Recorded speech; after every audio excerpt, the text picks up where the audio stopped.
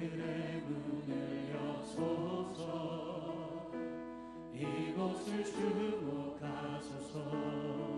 주를 향한 노래가 꺼지지 않으니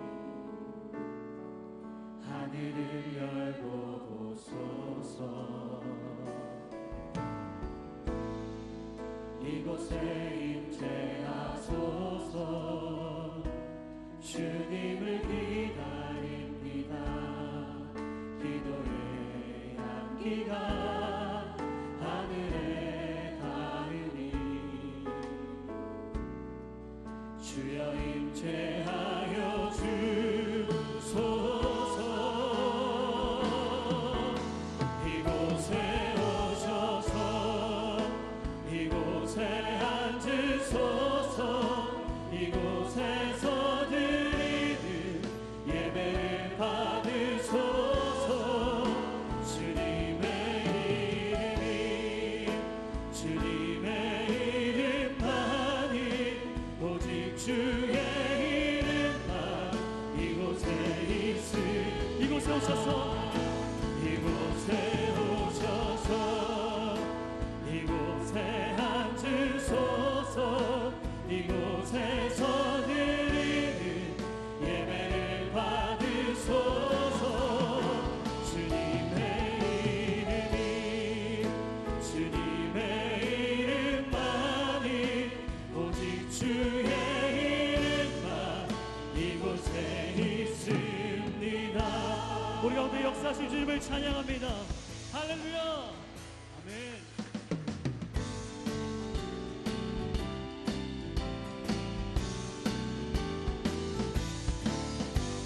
주의 친절한 발에 안기세. 우리 마음이 평안하리니 항상 기쁘고 본이 되겠네. 영원하신 발에 주의 발에 그 크신 발에 안기세. 주의 발에 영원하신 발에 안기세. 날이 갈수록 주의 사랑이 구름 광명하게 비치고 천성하는 길 편히 가리니 영원하신 발에 안기세. 주의 발에 그 크신 발에 안기세. 주의 발에 영원하신 발에 안기세.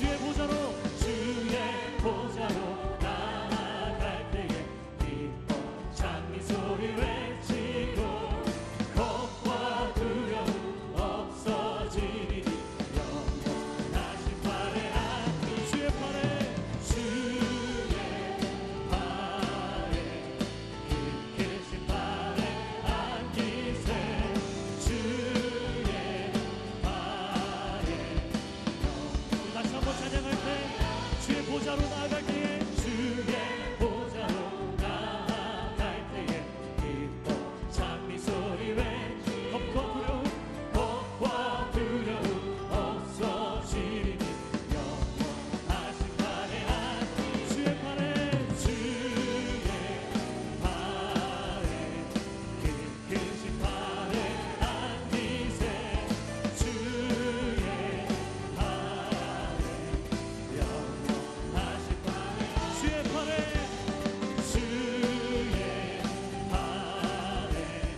그 크신 발에 안기세. 주의 발에 영원하신 발에 안기세. 할렐루야. 아멘. 주님의 영광 나타나셨네.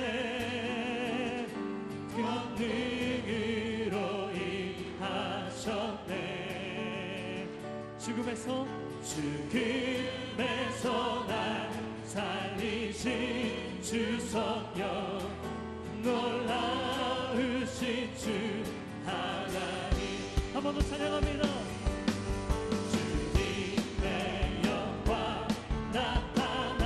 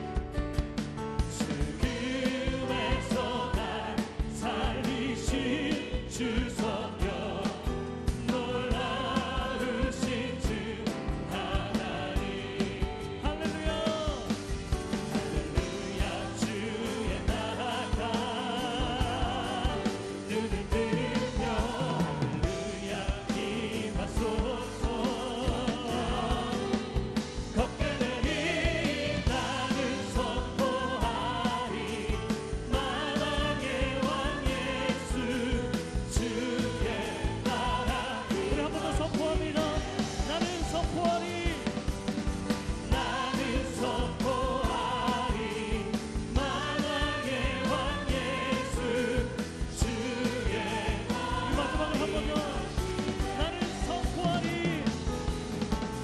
나는 선포하리 만왕의 왕 예수 주의 나라 임하시네. 할렐루야. 우리 가운데 임하신 하나님의 나라를 찬양합니다. 그 자리에 앉으셔서 예배하며 나아가겠습니다.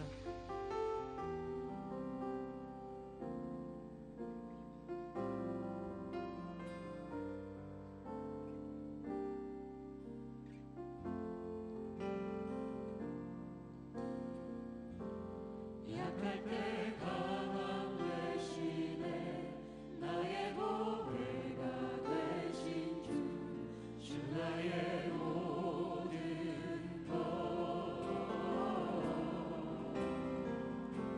주 안에 있는 보물을 나는 포기할 수 없네 주 나의 모든 우리 한 번 더 약할 때 강함 되시네 약할 때 강함 되시네 나의 보배가 되신 주 나의 모든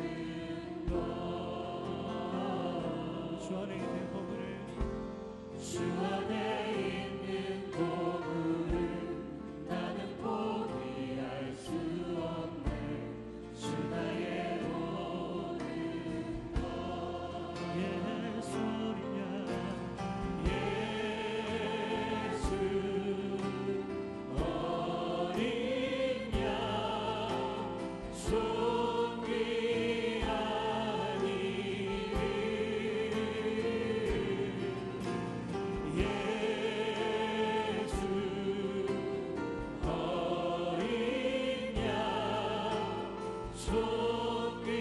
존귀한 이름 십자가 죄사하셨네 십자가 죄사하셨네 주님의 이름 찬양해 주 나의 모든 것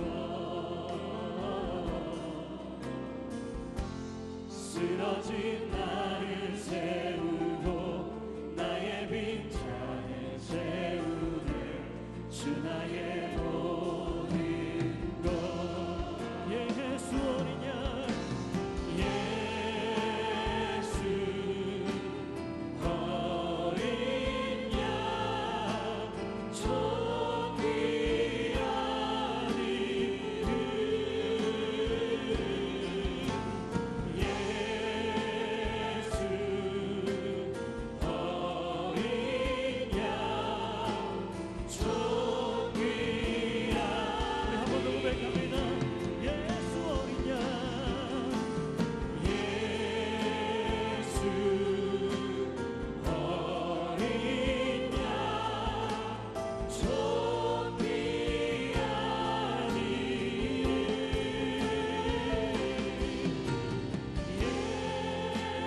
예수 어린 양 존귀한 우리 그 십자가를 바라보며 예수 이름을 한 번 더 선포합니다. 예수 어린 양 예수 어린 양 존귀한 이름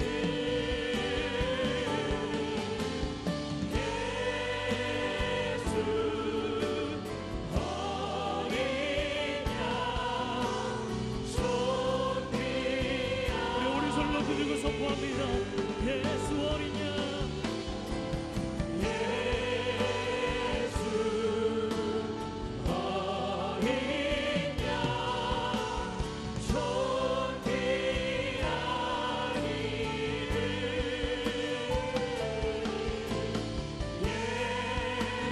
예수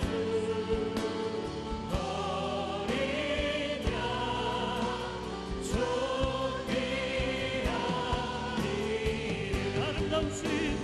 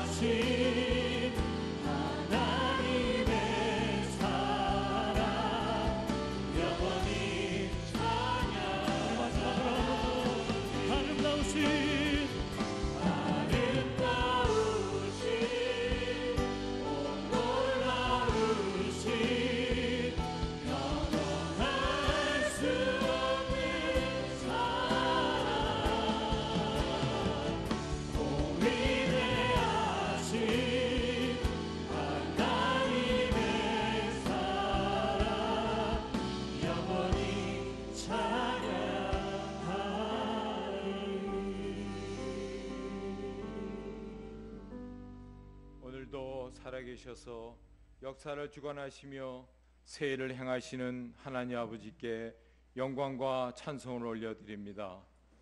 지난 한 주일 동안 주의 말씀에 따라 우리는 세상 속에서 구별된 주의 자녀로 섬김과 겸손으로 세상을 향하여 사랑을 실천하는 작은 예수의 삶을 살고자 노력하였습니다. 그러나 아직도 버리지 못한 나의 미성숙한 자아로 오히려 하나님을 근심케 한 일이 많았음을 고백합니다. 이 시간 주께로 돌이키오니 우리의 연약함을 긍휼히 보시고 위로와 회복과 새 힘을 주시옵소서. 우리 같은 죄인을 위하여 죽기까지 섬겨주신 예수님의 삶을 본받아 더욱 낮아지고 낮아져서 춥고 어두운 곳에 이웃을 돌아보며 받은 사랑과 은혜를 기쁨으로 나누는 작은 예수의 삶을 통하여 예수님을 세상에 바르게 보여주는 우리 되게 하옵소서. 하나님만을 갈망하는 우리 되게 하옵소서. 이 나라 이 민족을 위하여 간절히 기도합니다. 먼저 우리 믿는 자들이 주님 앞에 통회하며 기도합니다. 세상의 빛과 소금이 되라고 명하신 소명을 감당치 못하였습니다. 예수님을 세상에 바르게 보여주는 작은 예수의 삶을 살지 못하였습니다. 세상을 향하여 돌이키라고 외치지도 못하였습니다. 애써 못 본 채 외면하였습니다. 우리의 믿음 없음을, 우리의 교만을 주님 앞에 내려놓고 통회하며 주께로 돌이키오니 우리의 모든 죄를 용서하여 주시옵소서. 이 땅을 회복시켜 주시옵소서. 이 땅을 고쳐 주시옵소서. 이 땅을 하나님의 질서로 새롭게 하여 주시옵소서. 위기를 기회로 반전시키는 하나님께서 이 나라의 새로운 리더를 세워주셨사오니 역사의 진정한 주관자이신 주님께서 새 리더를 장중에 붙잡아 주시사 이 땅을 그대로 버려두지 마시고 소망이 있는 나라, 하나 되는 나라, 모두가 행복한 대한민국으로 새롭게 세우는 도구로 사용하여 주시옵소서. 모든 전쟁의 위협으로부터, 모든 경제적 정치적 난관으로부터 우리를 구해내실 능력의 우리 주님을 믿습니다. 이 나라를 다시 하나님의 뜻 가운데 하나 되게 하시고 더욱 든든한 반석 위에 세워 주시옵소서. 우리의 영적 리더로 세워주신 사랑하는 이재원 담임 목사님을 위하여 기도합니다. 성령의 충만함으로 영육이 강건케 해주시고 하나님의 마음에 합한 주의 귀한 종으로 굳게 세워 주시옵소서. 오늘 신계선 목사님을 통하여 귀한 주님의 말씀을 듣기 원합니다. 수원 온누리의 모든 성도는 선포되는 주의 말씀으로 기뻐하며 날마다 하나님의 은혜를 체험하며 하나님의 꿈이 우리의 꿈이 되고 이 땅에 하나님의 뜻을 온전히 이루어가는 감동이 넘치는 바로 그 교회, 이 땅에 나그네된 자를 겸손히 생기는 작은 예수 공동체인 수원 온누리 교회 되게 하여 주시옵소서. 오늘 특별히 장로 합창단을 세워주시사 주님을 찬양케 하여 주시니 감사합니다. 주의 종들의 찬양을 기뻐 받아주시고 찬양 가운데 위로와 은혜로 충만케 하옵소서. 또한 대청 여름 아울리치를 위하여 드려지는 비전 헌금을 통하여 열방을 향한 젊은이들의 열정을 우리가 기쁨으로 후원케 하옵소서. 오늘 6월 22일서부터 24일까지 진행되는 마리아 행전을 기억해 주시고 이 나라와 민족을 위한 눈물의 기도를 들어 응답해 주시옵소서.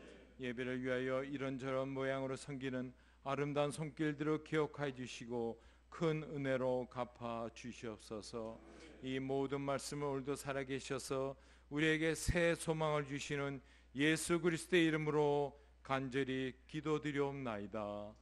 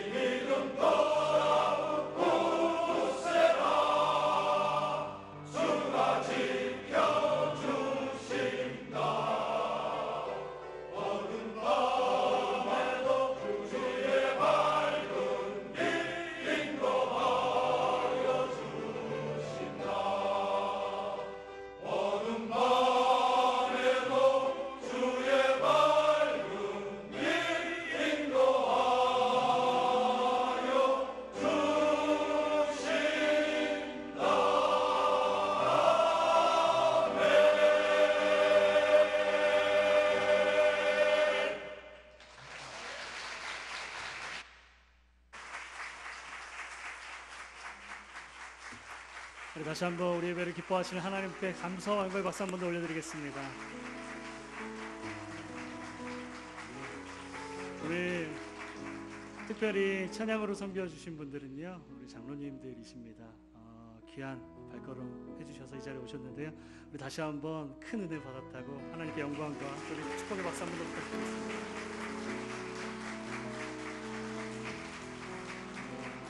우리 자유 계신 분한테 한번 이렇게 인사하셨으면 좋겠습니다. 은혜 충만하십시오. 성령 충만하십시오. 우리 그 마음을 가지고 우리 자유 계신 분한테 손을 펼치셔서 이 시간 축복하며 나아가도록 하겠습니다. 은혜의 주님이, 은혜의 주님이 당신을 축복하고, 사랑의 주님이 함께 하시네.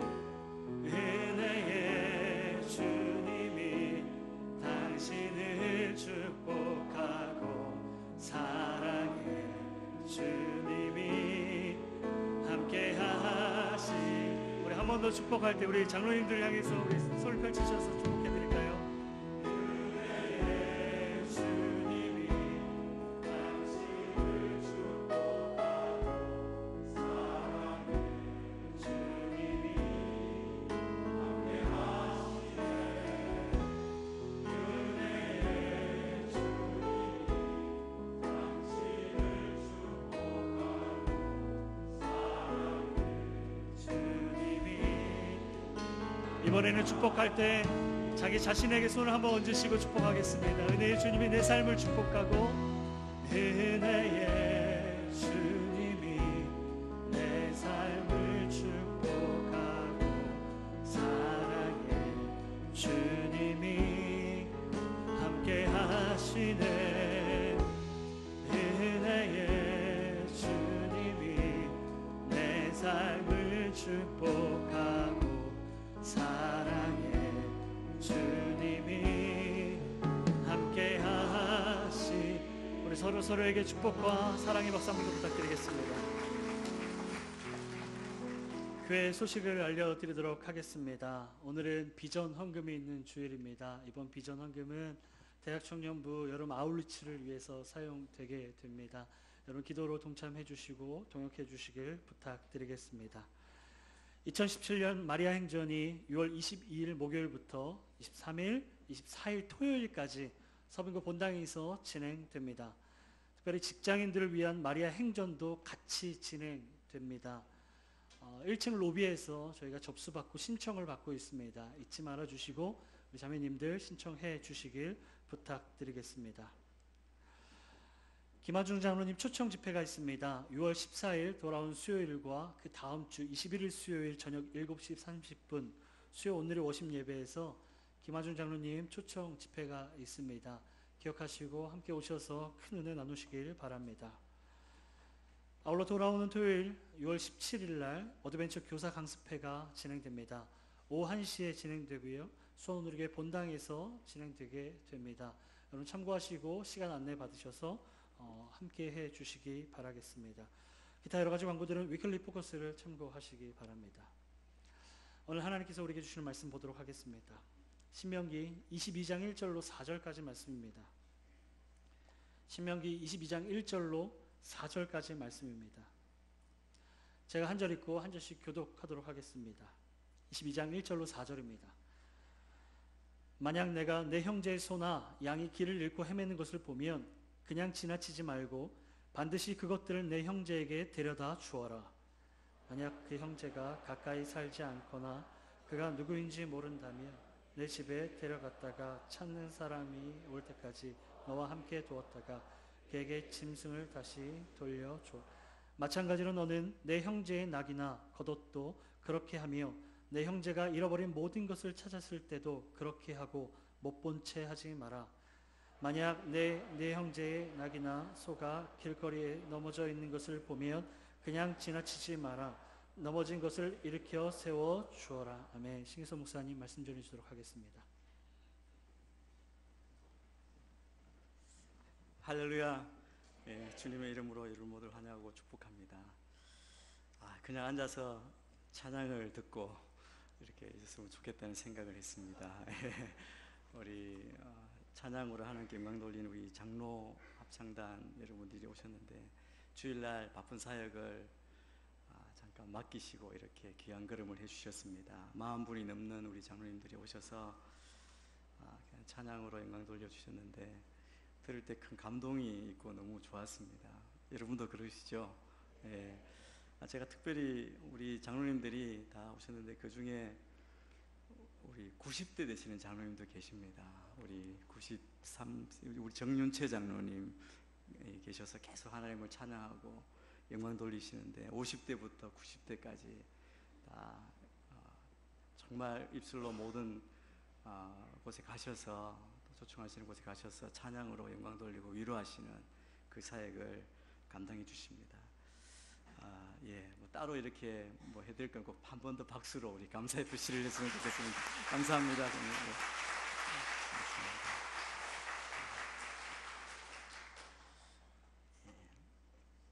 몇 가지 광고 말씀을 추가로 드리겠습니다.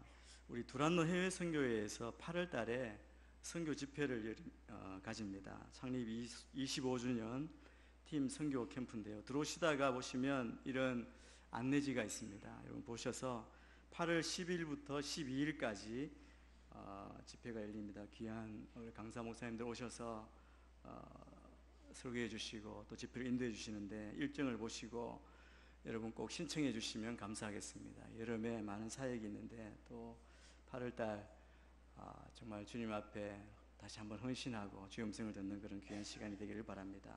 장소는 엑지 29 비전 빌리지에서 가지게 됩니다.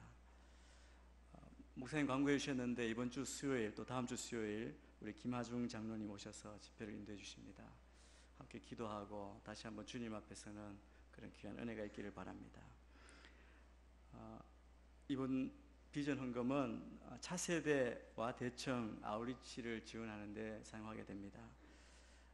예배 후에 우리 대학 청년부 우리 지체들이 나와서 또 특순을 하고 또 함께 기도를 부탁할 텐데 여러분 함께 기도해 주시고 참여해 주시면 좋겠습니다. 이번 여름에 수원 온누리교회는 12개국에 14개 팀이 떠납니다.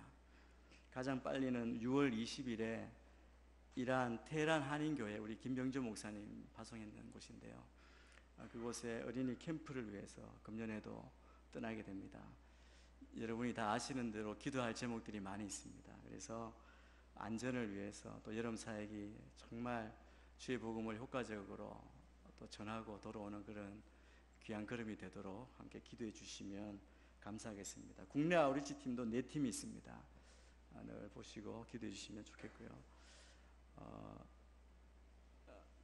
이걸 위해서 아우리치 안전교육이 있습니다. 이번 화요일 날 양재 화평홀에서 아우리치 안전교육이 저녁때 있습니다. 여러분 오늘이 신문을 보시고 아우리치에 참여하시는 분들은 다 참여해 주셔서 안전하게 또 은혜롭게 잘 다녀오실 수 있도록 해주시면 감사하겠습니다. 잠깐 기도하겠습니다. 하나님 아버지, 주의 이름을 높여 찬양합니다. 우리의 예배를 받으시는 주님 말씀하실 때 우리가 듣고 그 말씀대로 순종하는 저희 모두가 되게 인도하여 주옵소서. 우리의 마음을 열어주시고 또 우리의 눈과 귀를 열어주셔서 주의 음성을 들을 때 우리의 삶이 변하며 헌신하며 다시 새롭게 되는 귀한 은혜가 있도록 역사하여 주옵소서. 감사하며 예수님 이름으로 기도합니다. 아멘. 여러분 예수 믿는다는 것, 예수 믿는 자, 크리스찬, 특별히 우리가 온누리교회, 수원 온누리교회 우리 성도로서 우리 교회와 우리 믿는 자의 특징, 표시는 무엇인지 여러분 생각해 보셨습니까? 우리를 보고 세상 사람들이 어떻게 이야기하고 어떻게 느끼고 어떻게 도전을 받을지 그것에 대해서 우리가 늘 생각해 봐야 합니다. 우리를 볼 때 정말 사랑이 많은 사람, 배려가 많은 사람, 섬기는 사람, 그런 공동체로 본다면 정말 주님 앞에 칭찬받는 잘하는 그런 성도요 교회인 줄 믿습니다. 참된 사랑은 우리가 하나님을 믿는 여호와 신앙의 근본이라고 할 수 있습니다. 하나님의 자녀된 자마다 기본적으로 지녀야 될 성품이 바로 그것입니다. 그 같은 전제하에 오늘 본문은 우리에게 이 말씀대로 가장 기본을 지켜 행할 것을 말씀하십니다. 미국의 워싱턴 대학교의 사회학과 비교 종교학을 가르치는 우리 로드니 스타크라는 교수님께서 96년도에 책을 하나 냈습니다. 우리나라에 2016년, 작년이죠. 작년에 번역이 된 책입니다. 이분이 관심을 가진 것은 초기 기독교가 태동하고 부흥하는 그때 그 상황과 그때 당시의 사회에 깊은 관심을 가지고, 이분이 사회학자이기 때문에 사회과학적인 이론과 분석 방법을 통해서 기독교의 급성장 요인이 무엇인가, 그것을 밝히고자 책을 썼다고 그렇게 기록되어 있습니다. 그 책이 우리나라 제목으로 기독교의 발흥이라는 제목으로 그렇게 출간이 됐습니다. 그분이 사회학자이기 때문에 또 사회과학적인 방법으로 객관적으로 모든 자료를 모아서 왜 기독교가 이렇게 성장했을까? 당시 기독교는 유대지방 작은 곳, 로마 제국의 변방에서 시작되었습니다. 아주 작은 인원. 통계를 보니까 처음 시작할 때는 0.0017, 보이지도 않는 숫자입니다. 그런 작은 퍼센트의 인원, 그렇게 일어난 나사렛 운동, 나사렛 예수 운동, 메시아 운동이 오랫동안 그 시대를 주름잡고 있던 로마의 종교, 이방 종교들을 다 밀어내고 서구 문명의 지배적인 신앙으로 자리할 수 있었을까? 여러분, 이것이 그분의 질문이었습니다. 그 질문을 가지고 지금까지 역사상 연구한 모든 자료를 다시 한번 뒤집어서 그 원인을 이렇게 찾아본 것이죠. 그런데 한 가지 요인이 아니라 모든 일은 복합적인 요인이 있는데, 근데 제가 그걸 읽으면서 그 중에 한 가지 요인이 가장 근본적이고 정말 우리에게, 저에게 도전을 주는 요인이구나, 그것을 깨닫게 됐습니다. 그것은 165년에 그 당시 로마 황제가 마르쿠스 아우렐리우스 황제였습니다. 그때 가공할 만한 역병이 로마 제국 전역을 강타했다고 합니다. 의학자, 의학사학가, 의학의 역사를 연구하는 사람들은 이 역병이 서구 최초로 발병한 천연두가 아니었을까, 그렇게 짐작하기도 합니다. 병이 어떻든 그것은 치명적인 역병이고 치사율이 굉장히 높았다고 합니다. 역병이 돌던 그 15년 동안 로마 제국 인구의 4분의 1 혹은 3분의 1이 역병으로 다 사망했다는 거죠. 그 당시 황제였던 마르쿠스 아우렐리우스도 비엔나로 피신을 했는데 거기에서 그 역병으로 사망했다고 합니다. 그것뿐이 아니라 100년도 지나지 않아서 251년에 그와 같이 강력한 역병이 다시 제국을 휩쓸었다고 합니다. 이번에는 의학 역사가들이 아마 홍역이었을 것이다. 여러분, 그 당시 그 병을 처음 맞이한 사람들에게 치사율이 굉장히 높았다고 합니다. 굉장히 심하게 창궐할 때 로마시 한 곳에서만 하루에 5,000명씩 죽었다는 그런 그 보고도 있다고 합니다. 그런데 그때의 상황을 교회의 교부들, 주교들이 설교문을 통해서 또 많은 보고서를 통해서 기록을 했습니다. 카르타고의 주교였던 키프리안이 251년에 이런 말을 썼습니다. 우리 가운데 많은 사람이 이 전염병과 흑사병으로 죽어가고 있다. 교회 안에 그리스도인들도 예외 없이 이 질병의 공격을 받고 목숨을 잃는 일이 일어난 것이죠. 그리고 그 후에 알렉산드리아의 주교인 디오니시우스 주교가 부활절 설교문을 남겼는데 거기에 그때의 상황이 어땠는지 잘 이야기해주고 있습니다. 여러분, 그 150년대 그때에는 기독교 인구가 로마 제국 전체에서 0.4% 정도밖에 안 됐다고 합니다.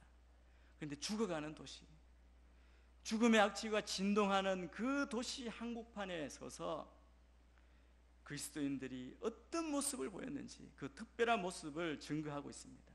사방에서 가족과 친지들이 그 역병으로 쓰러져 갑니다. 병에 걸리지 않았을지라도 언제 자기가 병에 걸릴지 모르는 그런 위험한 순간에 서 있는 것이죠. 이 죽음을 앞두고 있는 그런 상황에 있을 때 어떻게 반응하느냐는 겁니다. 그때 모든 세상 사람들, 이교도들은 어떻게 행동했느냐 하면 질병이 발생하자마자 아픈 자들을 다 내쫓았다는 거예요. 가족이든 가까운 사람이든 가장 가까운 사람부터 도망치고 그 환자가 죽기도 전에 거리에 내다버리고, 그리고 그 당시에 매장하지 않는 시신을 그냥 흙처럼 취급했다고 그렇게 얘기합니다. 그렇게 하면 자기는 병에 걸리지 않고 그렇게 치명적인 질병의 확산과 전염을 피하고자 했다는 것이죠. 그러나 이렇게 아무리 몸부림쳐도 도망치기가 어려움을 깨달았습니다. 그때 예수 그리스도를 믿는 그리스도인들은 어떻게 했느냐? 디오니시우스 주교는 이렇게 말합니다. 무한한 사랑과 충성심을 보여주었다, 이렇게 표현하고 있습니다. 도망가고 떠나는 것이 아니라 가족 가운데, 교우들 가운데 병들어 아파하는 자, 고통받는 자들 옆을 떠나지 않고 배려하고 치료하고 간병하고 그들의 모든 필요를 섬겼다는 거예요. 그렇게 자기가 다시 병에 들면 그 병자들과 함께 평안과 기쁨 속에 생을 마감했다는 것입니다. 많은 사람들이 다른 사람을 간호하고 치유하다가 이 전염병, 사망이 자기에게로 옮겨와서 대신 죽음을 맞았는데, 이 주교가 이렇게 표현합니다. 우리 형제들 가운데 가장 뛰어난 사람들이 이런 식으로 목숨을 잃었습니다. 그 중에는 칭찬받는, 크게 칭찬받는 장로와 집사와 평신도들이 있었고, 큰 경건과 강건한 믿음의 결실인 이런 죽음은 어느 모로 보나 순교와 다름없습니다. 이 설교를 하는 겁니다. 그들이 그렇게 살았다는 겁니다. 여러분, 무엇이 그들을 그렇게 살게 했습니까? 죽음을 두려워하지 않는 그런 사랑과 그런 용기가 어디에서 나온 겁니까? 여러분, 이렇게 생긴 결과가 어떻게 되는 것 같습니까? 여러분, 많은 사람들이 거의 3분의 1이 죽었는데 교회 안에 보살핌을 받은 사람들의 치사율은 굉장히 낮았다는 거예요. 고통받을 때 간병하고 그들이 치유되고 회복되었다는 거죠. 그 중에는 교회 안에 속하지 않았지만, 믿음을 갖지 않았지만 그리스도인들이 그 사랑으로 그들을 돌아본 사람들, 버려진 사람을 다시 데려와서 그들을 먹이고 치료했던 그 사람들도 다시 회복되고 살아난 겁니다. 역병이 떠났던 가족들이, 살아남은 사람들이 돌아와서 보니까 죽은 줄 알았던 사랑하는 가족이 살아있는 거예요. 그들이 얼마나 충격을 받았겠습니까? 어떻게 이렇게 살았느냐? 그때 그들이 무엇을 증거했겠습니까?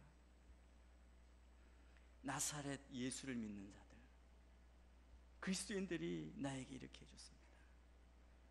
그들이 생명을 걸고 나를 고쳐주었습니다. 나를 섬겨줬습니다. 사랑해줬습니다.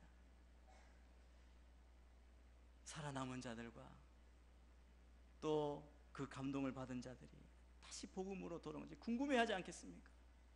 무엇이 그들을 이렇게 살도록 했을까? 터툴리안이라는 초대 교부가 이렇게 이야기했습니다. 약자를 돌보고 사랑과 친절을 베푸는 우리의 모습은 많은 우리 반대자들의 눈에 비친 우리의 브랜드다. 여러분, 우리의 브랜드는 무엇입니까? 온누리가 우리의 브랜드입니까? 그러면 온누리의 브랜드는 무엇입니까? 터툴리안은 그 초대교회 성도들의 브랜드는 뭐냐면 사랑과, 약자를 돌보고 사랑과 친절을 베푸는 모습이다. 아, 이 사람은 분명히 나사렛 예수를 믿는 이 그리스도인일 거다, 그렇게 말한 겁니다.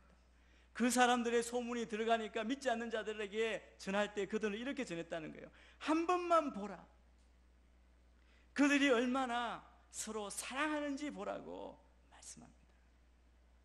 여러분, 우리가 이것이 우리가 믿는 복음이고 우리가 붙드는 가치관이고 그리고 우리가 살아가는 삶의 모습이 아닙니까? 오늘 본문은 이러한 삶을 살도록 우리를 권면하시는, 명령하시는 하나님의 마음이 담겨 있는 말씀입니다. 1절부터 4절까지를 우리가 한 목소리로 한번 쭉 같이 봉독하겠습니다. 시작. 만약 내가 내 형제의 소나 양이 길을 잃고 헤매는 것을 보면 그냥 지나치지 말고 반드시 그것들을 내 형제에게 데려다 주어라. 가까이 살지 않거나 그가 누구인지 모른다면 내 집에 데려갔다가 찾는 사람이 올 때까지 너와 함께 두었다가 그에게 그 짐승을 다시 돌려주어라. 마찬가지로 너는 내 형제의 낙이나 그도 또 그렇게 하며 내 형제가 잃어버린 모든 것을 찾았을 때도 그렇게 하고 못 본 채 하지 마라. 만약 내가 내 형제의 낙이나 소가 길거리에 넘어져 있는 것을 보면 그냥 지나치지 마라. 넘어진 것을 일으켜 세워주어라. 오늘 말씀은 누가 하나님 나라에 맞는 백성인가를 구분하고 있습니다. 형제를 어떻게 대하느냐를 보고 하나님 나라 백성인지 아닌지를 구분하겠다는 것입니다. 여러분, 성경에서 형제를 도울 것을 말씀하실 때는 형제를 돕는 그 마음에서 하나님 나라의 정신, 하나님의 마음을 발견할 수 있기 때문입니다. 우리의 이웃이 공경을 당하면 못 본 채 하지 말고 반드시 도와줘야 합니다. 그런데 여러분, 우리의 본성은 어려움을 피해가고 싶고 나를 귀찮게 하고 어렵게 하는 일이 나에게 오지 않기를 원하지요. 그래서 그냥 지나치고 못 본 채 할 때가 얼마나 많습니까?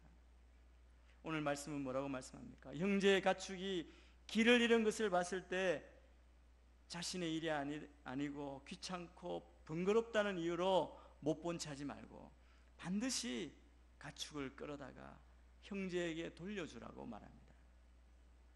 더 나아가서 가축뿐 아니라 의복, 또 다른 이웃에 잃어버린 것은 어떤 것이든 못 본 채 하지 말고 다 가져다 주라고 그렇게 말씀합니다. 짐을 싣고 가던 낙이나 소가 넘어져서 주인이 끙끙거리고 있을 때 그때도 지나치지 말고 도와줘, 일으키라고 말씀합니다.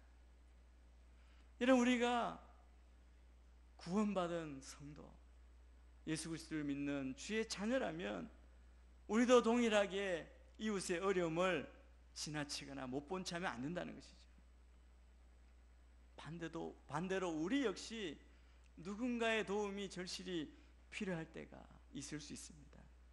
그 율법의 정신은 이웃을 내 몸같이 사랑하라는 것입니다. 근데 여러분, 우리가 다 경험하고 느끼는 것은 무엇이냐면 오늘날 우리 주변, 우리 사회의 가장 큰 문제가 무엇이냐면 이웃에 대한 무관심 아닙니까? 우리 요한 1서 4장 20절 말씀을 우리 같이 한번 찾아서 읽겠습니다. 시작. 만일 누구든지 하나님을 사랑한다고 하면서 자기 형제를 미워한다면 그는 거짓말쟁이입니다. 보이는 자기 형제를 사랑하지 않는 사람이 보이지 않는 하나님을 사랑할 수 없습니다. 여러분, 이 말씀은 하나님 사랑과 이웃 사랑이 얼마나 밀접하게 관계되어 있는지, 유기적인 관계가 있는지를 설명하는 말씀입니다.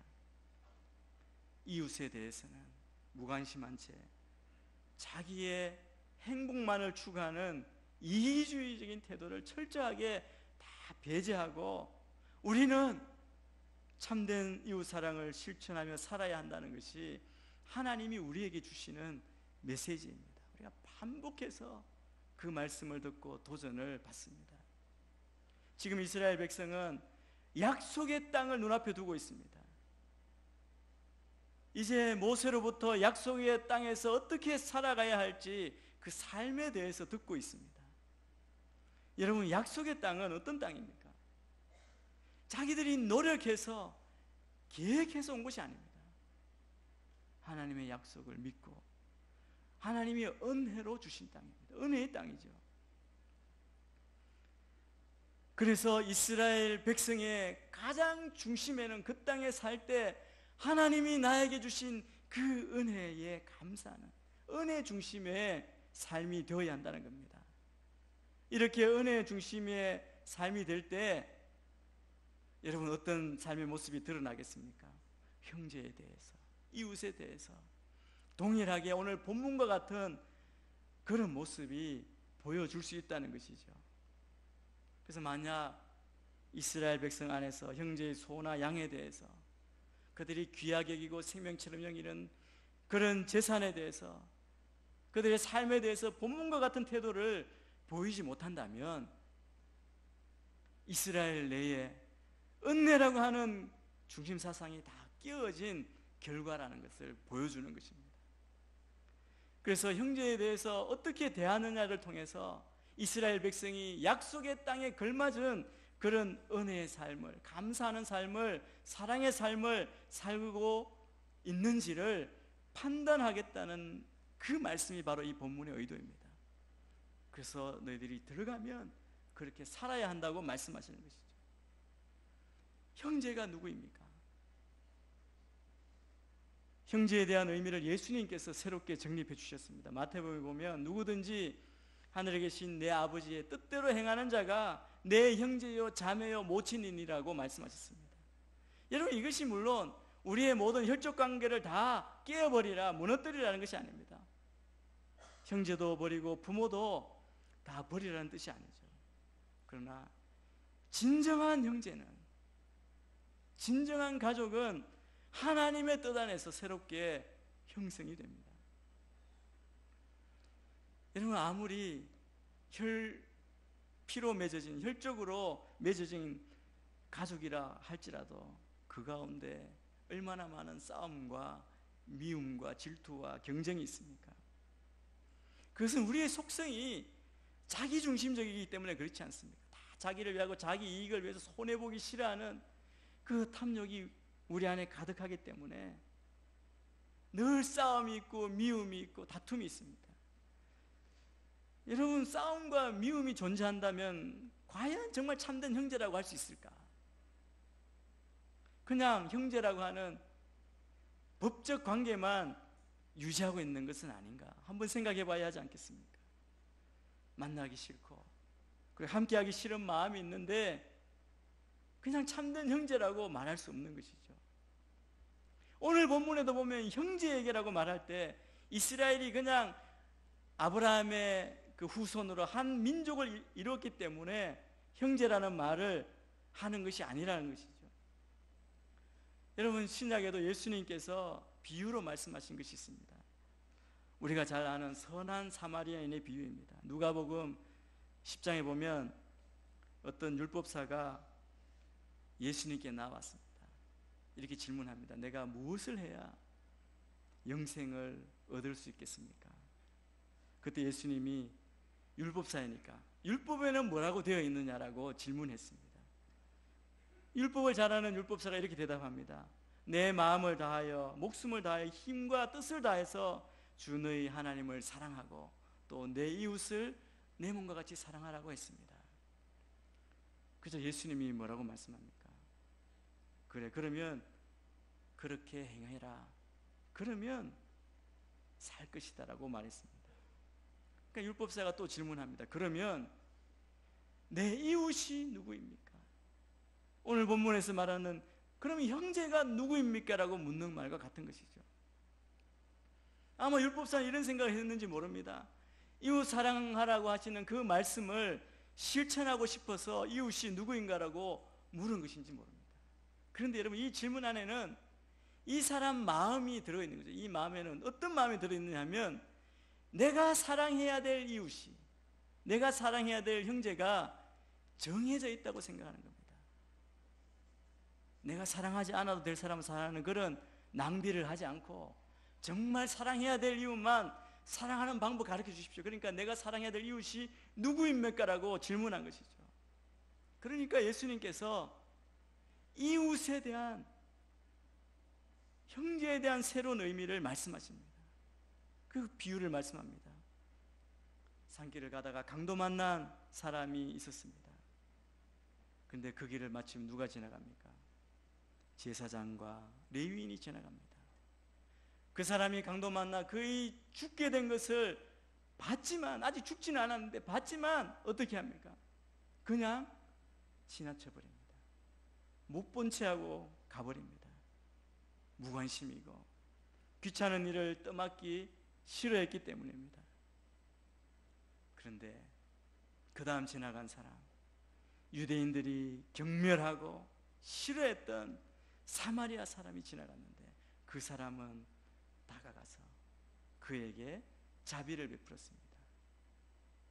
그를 데리고 여관에 가서 치료하고 치료비도 주고, 치료비가 부족하면 돌아올 때, 장사하고 돌아올 때 다 갚아주겠다, 다 치료해주라. 누가 그 강도 만난 자의 이웃이겠느냐 질문할 때 그가 뭐라고 대답했습니까? 그 강도 만난 자를 돌아본 자입니다. 사마리아 사람은 다가가서 자비를 베풀었습니다. 여러분, 자비를 베풀고 사랑하고자 하는 마음이 없다면 아무리 친척이고 혈족이고 옆집에 사는 관계라고 할지라도 그것은 이웃이 아니라는 말씀입니다. 그런데 여러분, 이 말씀 우리가 많이 듣지 않습니까? 이 사마리아 사람처럼 자비를 베풀어라 그렇게 한다고 해서 우리가 쉽게 그 말씀대로 실천할 수 있는 문제입니까? 이 말씀을 들어도 저도 여러 번 들었죠. 수없이 듣던 이야기입니다. 그런데 왜 이것을 실천하기가 어렵습니까? 여러분, 자비는, 사랑은 내 안에 자비가, 사랑이 존재할 때 보여지는 겁니다. 공감하고 내 안에서 일어나는 그 사랑의 마음이 있을 때, 눈물이 있을 때 그들을 돌아보고 사랑하고 섬길 수 있는 것이죠. 여러분, 인간은 날 때부터 우리 안에 그 자비가 존재하지 않습니다. 로마의 역병이 돌았을 때 여러분, 그 사람들의 본성의 모습이 무엇입니까? 자기가 살려고 사랑하는 사람도 버리고 도망가는 겁니다. 오직 자기 자신에게만 자비할 뿐이지 타인에게까지 미치지 않는 것이죠. 그런 우리의 본성을 가진 인간이 어떻게 이웃을 돌아보고 사랑할 수 있습니까? 여러분, 결국 선한 사마리아인의 비유 말씀이나 오늘 본문의 말씀에서 가장 먼저 우리가 생각해야 될 것은, 나는 내 안에 사랑이 있는가, 자비가 있는가, 은혜를 알고 있느냐는 것입니다. 오늘 본문에 보면 길을 잃어버린 소와 양이 나옵니다. 넘어진 나귀가 나옵니다. 이것을 보고 여러분 어떤 생각을 하십니까? 여러분, 이 소나 양이나 나귀처럼 길을 잃어버리고 넘어진 모습이 혹시 우리 자신의 모습으로 보이시지 않습니까? 잃어버린 소나 양을 그냥 버려두지 않고 데리고 와서 형제에게 찾아주고 넘어진 나귀를 이렇게 세우는 것은, 이건 인간의 도덕이나 윤리가 아니라 내가 바로 잃어버린 소와 양이고 넘어진 나귀인데 나를 사랑하셔서, 나를 불쌍히 여기셔서 주님께서 나를 찾아오셨고 나를 일으키셔서 나를 구원해 주시고 생명을 주셨다는 겁니다. 이 땅의 삶이 전부가 아니라 영원한 주님 안에 갈 천국의 삶이 있음을 깨닫게 된 것입니다. 여러분, 이러한 구원의 사실, 그 은혜를 알고 깨닫는 자만이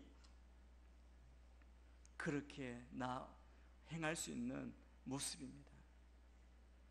그래서 여러분, 형제라는 것은 우리 모두가 다 잃어버린 자이고 넘어진 자라는 그 위치에서 그리스도의 그 은혜, 그 자비를 깨닫고 그 자비로 살아가게 될 때 가능한 관계임을 알아야 합니다. 0.0017, 0.4% 아주 미미한 숫자의 그리스도인들이, 그러나 세상적으로는 멸시받고 조롱받던 그 사람들이 이 은혜를 깨달았기 때문에 사나 죽으나 우리가 받은 그 은혜를 위해 주님의 부르심대로 살겠다는 그 한 가지 소망을 가지고 사람을 섬기고 돌보고 사랑하고 배려했기 때문에 그들이 구원받고 정말 주의 복음이 땅끝까지 지금 이곳까지 오게 된 것 아니겠습니까? 이런 우리 믿음의 공동체가 정말 그 사랑을 깨닫고 그 은혜 안에서 서로 배려하고 이웃을 사랑하고 우리가 낮아지고 섬기고 그리고 헌신하는 그 삶을 실천하는 우리가 되기를 축복합니다. 그래서 하나님을 사랑하는 자로서 우리는 다 이웃에는 무관심한 채 내 자신의 행복만을 추구하려는 이기적인 태도, 편하고자 하는 그 마음을 다 버리고 내 자신이 손해되고 고생이 되고 희생하더라도 참된 사랑을 보여주고 실천하는 믿음의 사람이 다 되기를 주의 이름으로 축원합니다. 기도하겠습니다. 하나님 아버지, 주께서 베풀어 주신 그 귀한 은혜를 감사합니다. 주님이 나를 사랑하시고 구원해 주신 그 은혜가 크고 놀라워 주님 앞에 온전히 감사할 것밖에 없습니다. 우리 주신 영원한 생명을 바라보며 이 땅에서 죽어져 가는 자들을 향한 그 주님의 사랑을 기억하고 사랑하고 베풀고 섬기고 배려하는 주의 자녀들이 다 되게 인도하여 주옵소서. 그 기쁨이 우리의 삶 가운데 온전히 흘러넘치는 우리 모든 손오늘을 위해 주의 자녀들 다 되도록 축복하여 주옵소서. 감사하며 예수님 이름으로 기도합니다. 아멘. 이 시간 영상을 보신 후에 우리 대학 청년 무지시들이 나와서 특송하실 때 비전 헌금에 참여하시겠습니다.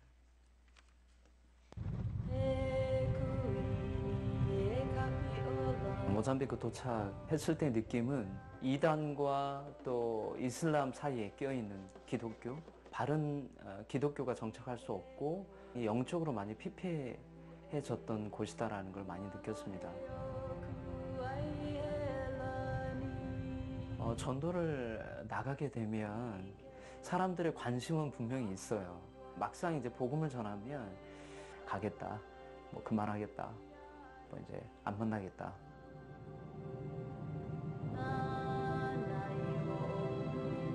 작년에 하나님께서 귀한 단기팀들을 보내주셨어요. 현지어 찬양으로, 현지어 율동으로 준비를 너무 잘해왔어요. 첫 예배를 드리기 시작했는데 찬양을 할 때 현지어가 나오니 그곳으로 몰려오는 거죠.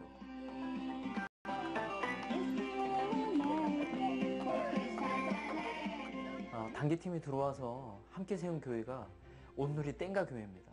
제자 양육이 일어났고요. 보안인이라고 하는 지역에 재생산이 일어났습니다. 40명의 아이들과 10명 정도의 어른들이 출석하고 있어요. 단기팀을 통해서 하나님이 원하는 곳에 하나님 교회를 세우는 역사를 경험했습니다.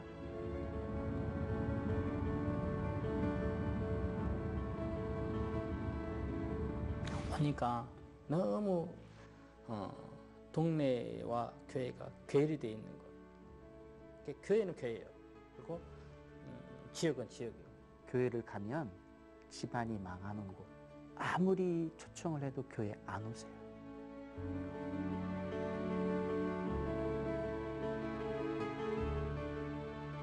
설교로도 안 됐고 그 어떤 섬김으로도 안 됐는데 아울리치를 통해서 나 예수 믿겠다라고 하면서 오는 거죠.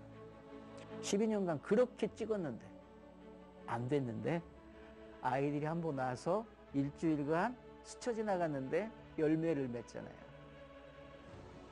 저한테는 감동이에요. 죽어가는 영혼을 살렸구나라고 하는. 한 번은 군대 휴가를 나와가지고 여기로 바로 온 애가 있어요. 집에를 안 가고.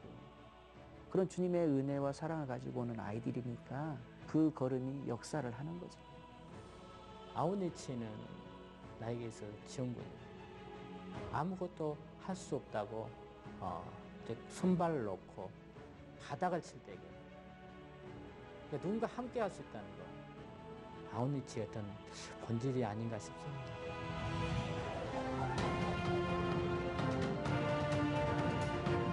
승성 열방 국회라 명 맞습니다.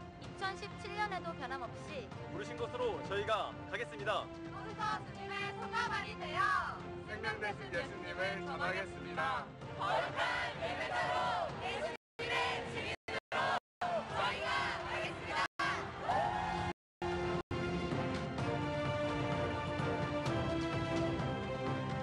여러분이 먼저 다른 사람보다 먼저 믿게 된 것은 우리의 능력과 탁월함이 아닙니다. 나를 먼저 택하신 것은 나를 증인으로 부르셨구나. 그러니까 그 땅을 밟아야 되는 거예요. 그들을 만나야 되는 겁니다. 우리를 통해 귀신도 떠나가고 도저히 믿을 수 없는 사람이 예수님을 믿게 되는 그러한 놀라운 일들이 우리를 통해 일어나게 될 줄로 믿습니다. 오면 다짱 괜히 우리가 살래. 응, 올해 또 온다고 좋아 죽겠어.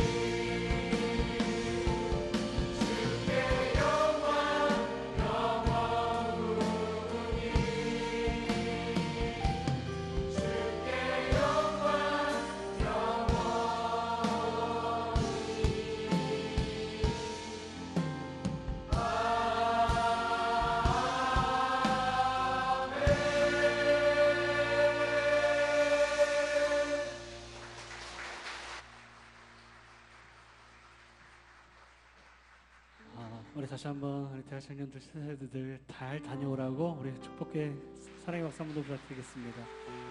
이 시간 자리에 일어나셔서 우리 하나님께 봉헌하시며 나가도록 하겠습니다. 주의 손에 나의 손을 포개고 또 주의 발에 나의 발을 포개어 나 주와 함께 죽고 또 주와 함께 살리라 영원토록 주 위에 살리라 주의 손에 나의 손을 포개고 또 주의 발에 나의 발 포개어 나 주와 함께 죽고 또 주와 함께 살리라 영원토록 주 위에 살리라 주 위에 살리라. 주님 앞에 우리의 삶을 드립니다. 또 우리의 생명을 드립니다. 또 우리의 가진 것들을 드립니다. 주님 받아 주시옵소서.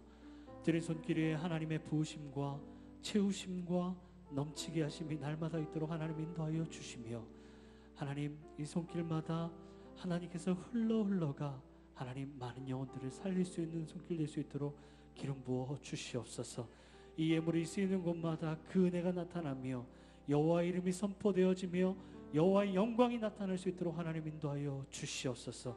그렇게 인도하실 주님을 찬양합니다. 감사합니다.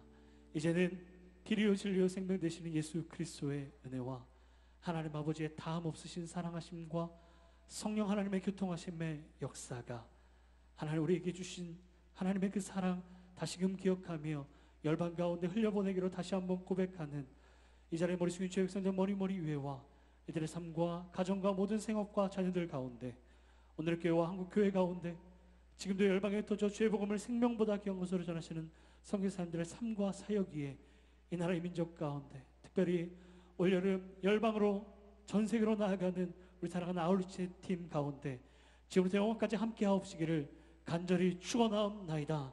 아멘.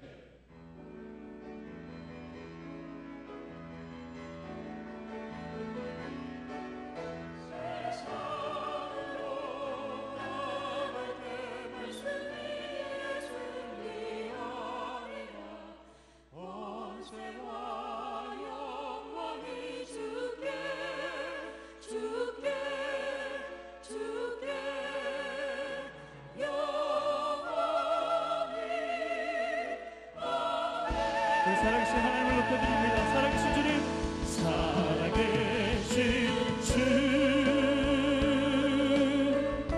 나의 참된 소망 걱정 근심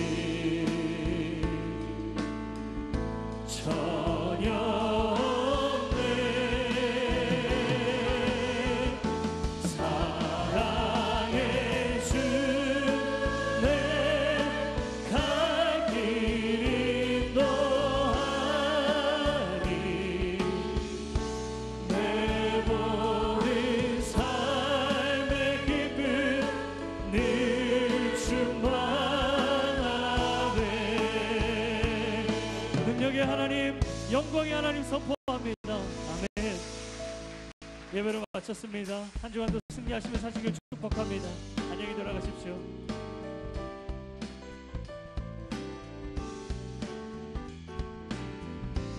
주의 친절한 주의 친절한 발에 안기세 우리 마음이 평안하니 항상 기쁘고 복이 되겠네. 영원한 심판에 안기 주의 발에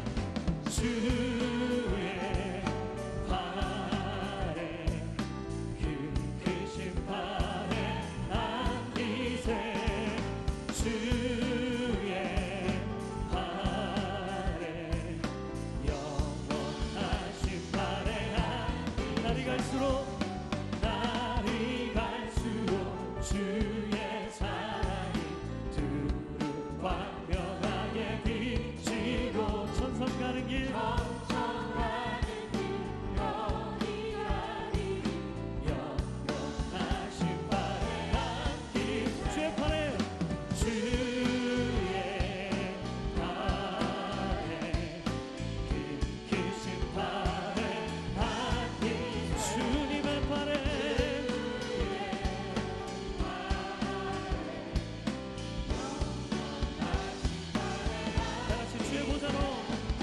주